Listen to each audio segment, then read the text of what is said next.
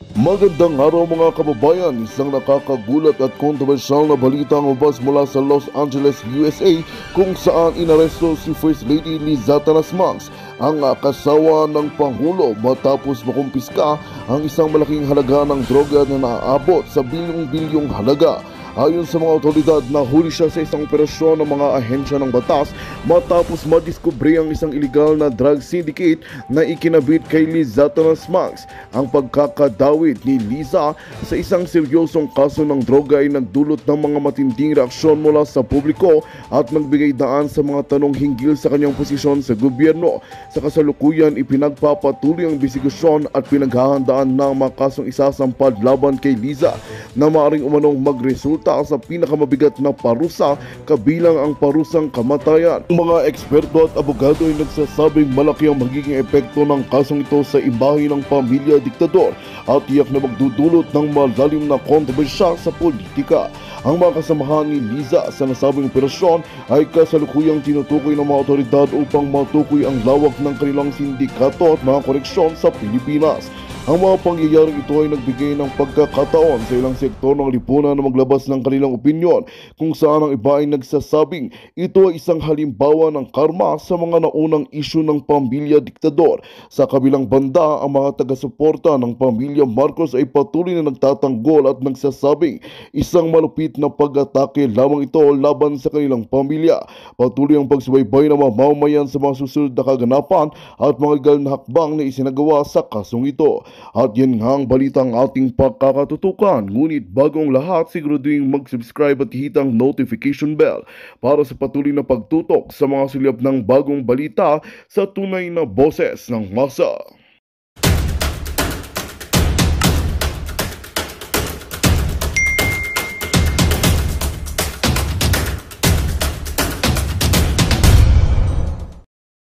Ang sabi pa niya, wala na. Tiyan lang natin. Dali. Ang sabi pa niya palangga, I don't recall committing reckless imprudence. The bail bond is only 3,000 pesos, which suggests a traffic accident with physical injuries. I haven't driven in a long time. Ang sabi pa niya, what's puzzling is the timing. The warrant was reportedly issued on the 6th, but it's only being brought up now. Why is this issue being raised now? Okay. So, ito yung sinasabi ni Danao, ni General Danao. So, mga kababayan, tignan lang natin uli yung warrant of arrest na pinakita natin kagabi sa inyo. I would just want to make sure yung date doon kasi sabi ni Danao ay March 6 daw ito in-issue. Pero, hindi siya ito to. Hindi siya March 6. Oh yeah, tama. March 6, service alias Vicente Danao Duran. O tama, Duran. Mali yung kanyang, ang kanyang apelyido dito. Ito yung warrant of arrest na pinakita natin kagabi. So ngayon, mga kababayan, sa mga OFW, sa lahat ng mga nanonood na nakakaabot ng vlog na ito, so kailangan nyo ipakita ang suporta natin sa Pangulong. Darating po siya ng alas 10 ng umaga. So dapat before 10, kung nandyan kayo sa Karatig Puok, sa Karatig area na yan, sa malapit sa area na yan, ay sana ipakita natin yung suporta natin kay Pangulong Duterte. Kasi nga, nung pinakita ko sa inyo yung warrant of arrest na yan, mga kababayan, ito ay plano talaga ni Liza Tanas dahil based nga sa pag-check ni Spokes Harry Roque dito sa ICC kung siya ba ay may warrant of, kung si Pangulong Duterte ba ay may warrant of arrest. Ang sabi ay wala sa dokumento o walang makitang dokumento na siya ay okay. Ayun, mukhang maraming tao na. Dali, tignan natin. Hindi ko lang kasi may nagsisend sa atin na video. Okay, tingnan natin kung may mga police. So far, wala pa namang medyo kahindik-hindik na mga eksena. So gusto ko manawagan sa inyo mga palangga, ipakita natin kay Pangulong Duterte ang suporta natin sa kanya. So yung mga kamag-anak nyo na walang gagawin ngayong araw na ito o kapitbahay ninyo or mga kaibigan ninyo, kayo mismo ay pumunta kayo dyan, ipakita ninyo yung support para ma-witness ninyo just in case na siya ay harasin ng mga tao ni Bangag at ni Liza Tanas. Kasi itong warrant of arrest na ito, di ba, nakalagay doon pangalan ni Danao and 80 others. So may posibilidad dun sa 80 others na yun ay nilagay ang pangalan ng Pangulong Duterte, which is former president yan. Dapat hindi ganon. Dapat kapag former president ka, kung may warrant of arrest man, dapat yan ay transparent ang gobyerno ni Bangag. Transparent siya kung totoo na may ICC, di ba? Yung kanyang secretary dyan na sangkot sa nakatanggap ng 206 million pesos na kontrata bago siya inupo. Yan si Jay Ruiz, di ba? Ang sabi niya, nung tinanong siya during sa press conference, mga palangga, I've heard na mayroon daw. Di? Parang I've heard, more on speculation at walang certainty. So, naliwanag na natin yan, PCO ka. Sangay ka ng gobyerno. Dapat mayroon kayong ugnayan. May pag-uusap ang DOJ, may pag-uusap ang DFA. Diba? Pero nga napag-alaman natin, ayon sa pag-research at pag-inquire din ng ating mga magagaling na abogado like Harry, ang dami nag-inquire na walang standing warrant of arrest from ICC and the fact na wala na nga tayo dyan. So ito'y pagtatraidor ni Bangag Jr. Kaya kayo pong mga OFW, mga palangga. Okay? Kayong mga OFW, pakiusapan ninyo ang inyong mga kamag-anak na ipakita ang support kay Pangulong Duterte dyan sa NAIA. This is gonna be historical. Okay? Napag-alaman ko, okay, na maraming nag-alala kay Pangulong Duterte. Ako nag-alala din ako, pero alam ko, Diyos ko, hindi naman magiging Duterte yan. Okay? Magiging Tatay Digong yan kung hindi yan matapang. At kung hindi yan kayang harapin yung mga hamon sa kanya ng bangag na gobyernong ito. Maraming nag-a-advise sa kanya, sinabi ko nga na magstay na muna siya, pero ang sabi, according to our source, ang sabi ni Pangulong Duterte na uuwi siya sa Pilipinas, handa siya kung anuman ang pagigipit ng gobyerno, sa Pilipinas siya ipinanganak, sa Pilipinas siya nabuhay, sa Pilipinas siya lumaban, sa Pilipinas siya mamamatay.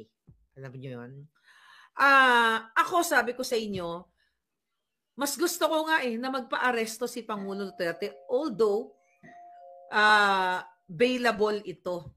Okay? Pwede siya mag-bail. Pero hindi natin alam kung anong nasa isip ng ating Pangulo. 'Di ba? Kung siya ba ay magpapa-aresto para ipakita sa inyo na ito yung ginagawa sa akin ng gobyerno ni Bangag. At ang drama pala ng mga Bangag, si Liza Tanas at si Bangag wala sa Pilipinas. Alam niyo na wala sa Pilipinas, 'di ba? Si Zatanas. Kaya nga hindi natin alam kasi yung mga post nila diyan is late post na yan eh. Yung mga pinopost ni Bangag 9 hours ago, 11 hours ago, magaling sila diyan. So pwedeng nandito si Bangag sa Amerika dahil ang drama nilang gagawin pala, kunwari wala sila sa bansa. O hindi yung drama ang nagagawin, ginagawa na nila. Wala sila sa Pilipinas para kunwari wala silang kinalaman sa kung anumang panggigipit, panghaharas kay Pangulong Duterte. At etong panghaharas sa kanya, hindi ito galing sa foreign or kung saan man. Galing ito mismo sa utos ni Bangag at ni Liza Tanas through PNP, yung mga tiwali. Kaya kayong mga pulis, alam ko naririnig nyo ang boses ko. Kayong mga sundalo, sandatahang, hukbong sandatahan, naririnig ko ang naririnig nyo ang sinabi ko. Nung ako nagsisimulang mag-vlog, panahon ni Noy, umiiyak, nalulungkot kami. Ako, si Maitet at ang grupo ko dito sa Amerika ay nag-donate ng mga ballistic goggles. Diba? Dahil wala kayo niyan. Even boots. Kung anong pwede namin maitulong dito sa labas ng bansa. Hindi ko to sinusumbat, pero ginawa namin yon kasi naaawa kami sa inyo. Dahil butas yung boots nyo, sardinas lang ang kinakain nyo, mga damo dyan sa kabundukan, mga kangkong o kung ano man, mga kamote na hindi kayo binibigyan ng tamang kalinga ng gobyernong ito. Pero nung pumasok ang Pangulong Duterte, mga kababayan, donoble ang sweldo ninyo. Binigyan kayo ng dignidad, ng respeto ng gobyernong Duterte. Isihodang ang bibig ng Pangulong Duterte ay talagang straightforward, pero minahal ninyo ang isang Pangulo na minumura ang mga sindikato. Balikan uli natin, di ba? Kung gaano ka walang puso, walang kwentang mga addictus benedictus ang mga bangag na ito.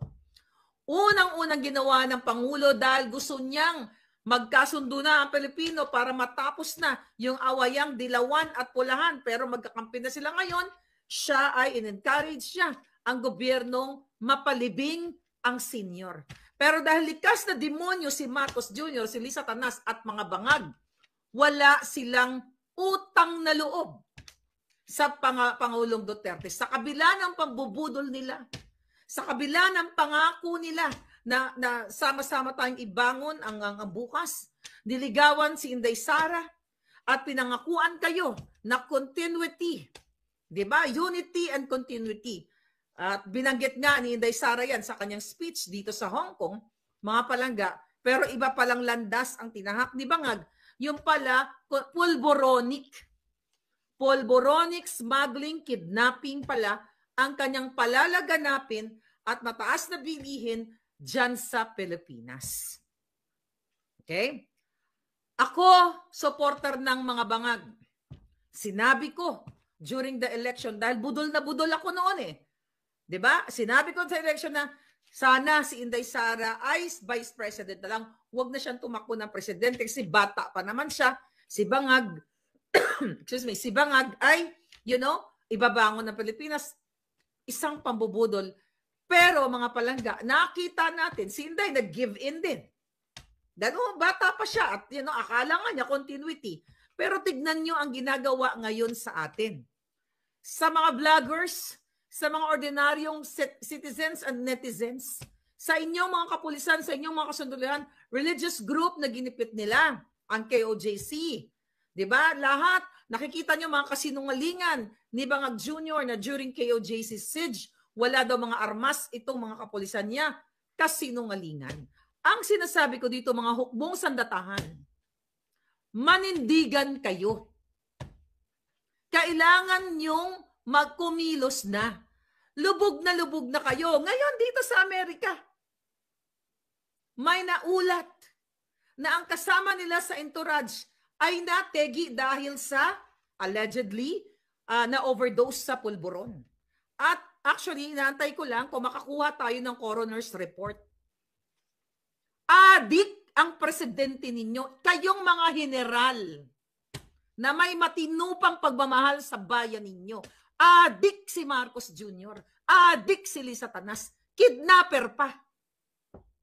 Andyan si Cathy Binag, nasa Pilipinas, nagsasabi na inabutan, inalok siya, sinabing, do you want the pulburon? Andyan ang video ko, authenticated dito sa Amerika at sa isa pang bansa. Nabangag si Marcos Jr.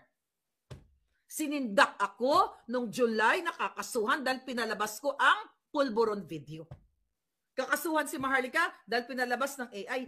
Asa na? Mag-iisang taon na. Walang kaso si Bangag. Bakit ayaw magkaso ni Bangag?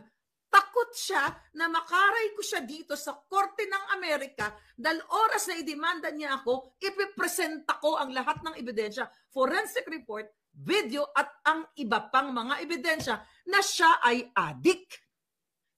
Kayong mga pulis, maawa kayo sa kinabukasan ng mga anak ninyo na baka susunod makidnap, mautdan ng hinliliit. Nakita nyo ang kasinungalingan ng DILG na sinabing merong hot pursuit na naganap noong February 25 pero February 23 nagbayad na ng ransom ang pamilya ng bata. Sinungaling, fake news, Pero anong ginagawa niyo, mga bruskong mga kapulisan at nagagandang mga kapulisan? Anong ginagawa niyo? Gusto niyo bang manahimik na lang at sundin si Lisa Tanas na bangag na sinabing nagsisinungaling na kunyari siya ay papakita lang ko, may eye allergies. Pero dahil sa sobrang insecurity ng adictos, ito ang totoong itsura ng Gaga. Oh. Pati mukha niya. Kayo ang gumagastos sa pagdaan ng pison. Lahat ng photo op, pati mga trolls, kayo Pilipino ang gumagastos sa pera nito. Ay, sa pera ninyo. Dahil recently, di ba? Planchadong kahit pinlansya ang mukha niya, ganun pa rin ang itsura. Manindigan kayo. Puntahan ninyo, mga kababayan, actually, ako, sa totoo lang, cool lang. Sabi ko nga, matapang yan si Pangulong Duterte. Diba? Pero, yung pagmamahal na binigay sa inyo ni Duterte, kayong mga men and women in uniform, ang pagpapakita sa inyo ni Duterte ng tunay na leader. Si Bangag, tignan nyo. Si Bangag, namatay yung 2 piloto. Nasaan siya? Pinuntahan ba ni Bangag? Wala.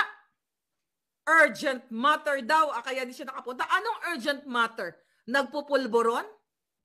Hindi nyo ba nakikita? Yan, huwag yun ang antay na sumunod kayo mategi. At didedmahin kayo. Imagine mo huling pagpugay na lang. Diba? No.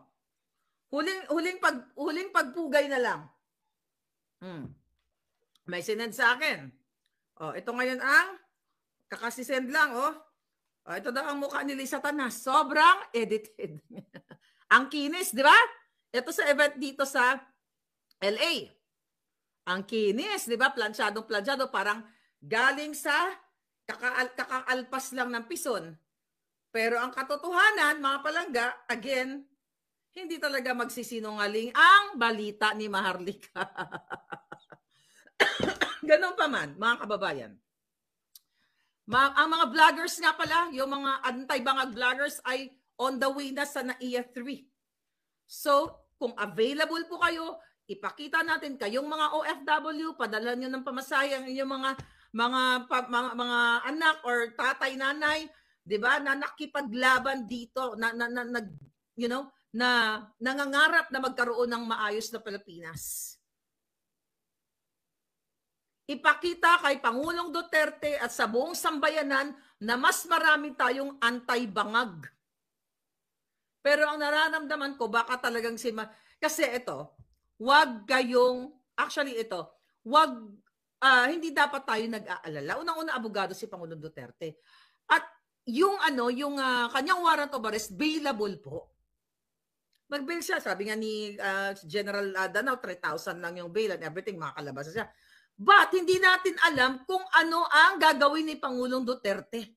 Kung siya ba ay magpapakulong at hindi siya mag-bail. So we have to support him. Ipakita natin ang tunay na maisog na Pilipino o tunay na matapang na Pilipino na sukang-suka na kayo sa gobyerno ni Bangag. Yes, Galaxy.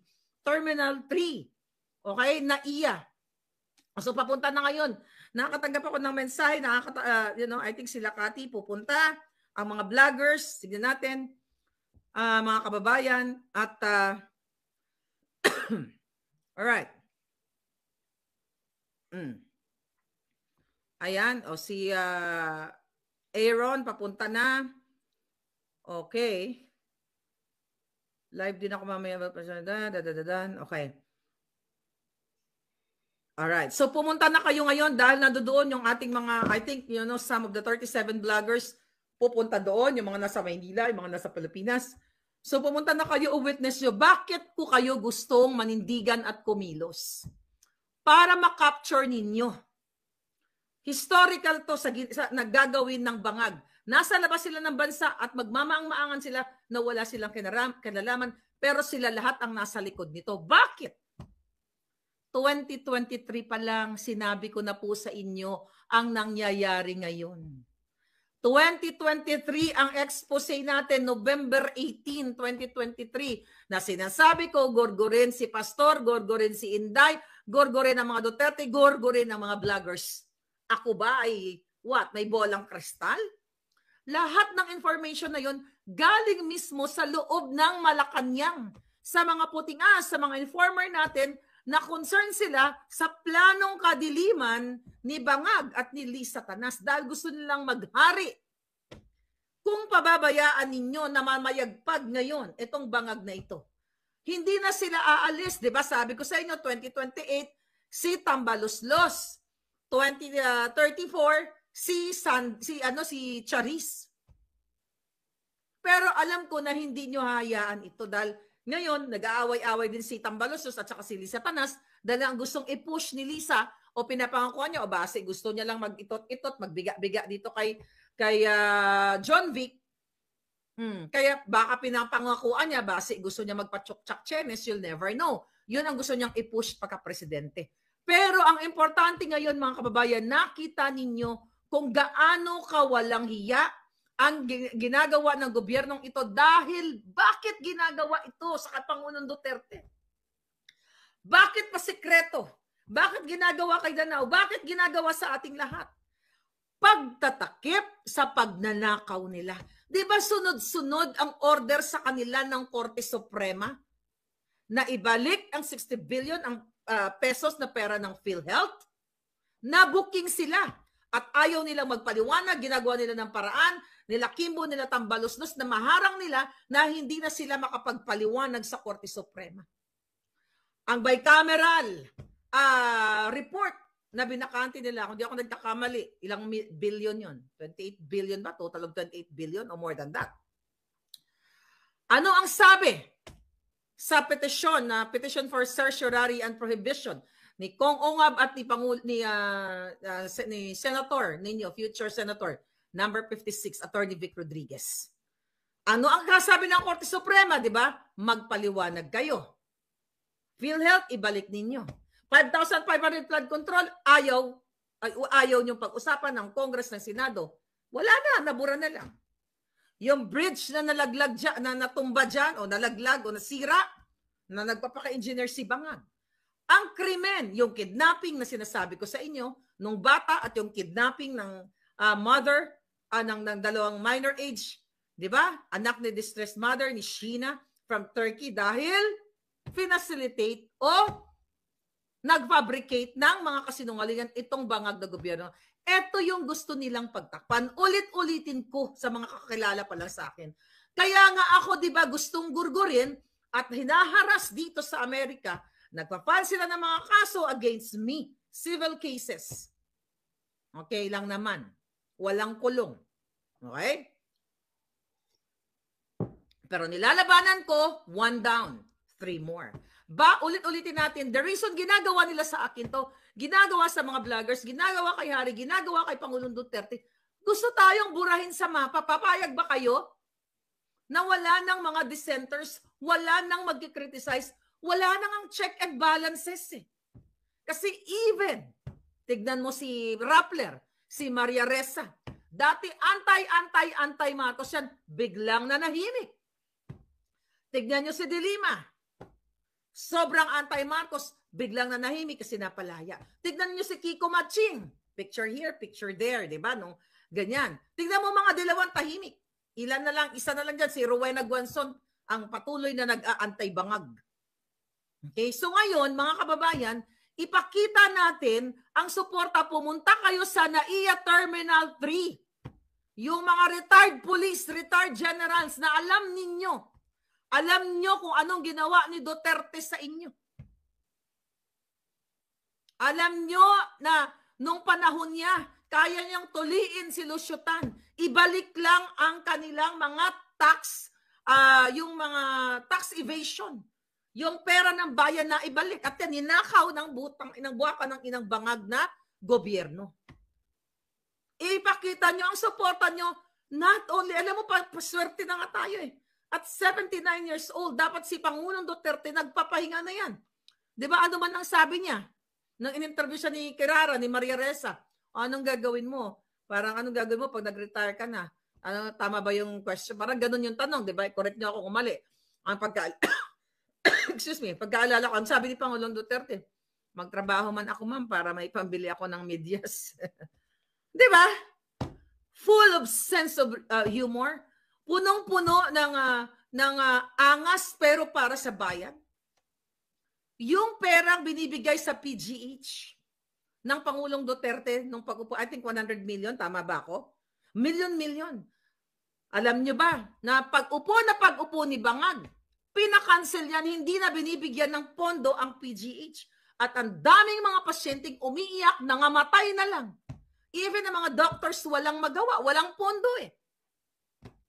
Maraming mga nangamatay na mga kamag-anak nyo, mga dialysis patient. Dahil yung PhilHealth money, pera ng bayan, dinorobo nila. This is not about yellow, green, white, whatever. This is about you. Para to sa inyong ginangaw-ngaw ko. Kapalit na nga ng buhay ko to eh. Ano ba naman ang napapala ko sa gobyerno? Never naman ako nagtrabaho at wala naman akong interest magtrabaho sa gobyerno. But you'll never know kung ano maging kapalaran ko 10 years from now. You'll never know. 9 years. Tama ba? No. 2015. 10 years na ako nagdadakdak sa social media. Nagsimula sa Tanimbala. Nagsimula sa Balikbayan Box. Hindi ko pinangarap mag-vlog, kung ano-anong magdadakdak dito, alam nyo yan. Pero ginawa ko ito dahil nakita ko ang kahayupan ng gobyerno ni Bangag. Sabi ko nga noon, Diyos ko, umasa pa ako, naalala niyo mga palangga. Sabi ko, pag nanalo na si Bangag, mag-emote na lang ako, hindi na ako politics. Kasi akala ko, tandem na sila ni Inday, gagawin na nila pagandahin ang Pilipinas build pa more. Anong build ni Bangag? Pulburon pa more. Sige nga. Mag-comment kayo. Ano ang significant project ni Bangag na masasabi niyong ito ay maipagmamalaki ninyo? Wala. Yung ni Lisa Tanas, yung Love for All na pinagkikitaan din ng buwakan ng inang yan? Saan ang pangako ni Bangag na mag-interview ko siya, ilang beses siya interview, magtatayo siya ng mga hospitals. Okay? Katulad na lamang ng kung merong heart center sa Maynila, magtatayo siya regional hospitals para sa mga specialty or special hospitals like. Magandang balita ang hatid namin sa inyo ngayong araw. Sa pagtatapos ng aming balitaan, nagbigay kami ng mga mahalagang impormasyon. Maraming salamat sa pagtutok at pagsuporta sa aming programa. Huwag kalimutang manatili sa mga susunod na araw para sa mga bagong balita at mga kwento na dapat nating abangan. Mula sa Boses ng Masa, magandang araw, Pilipinas!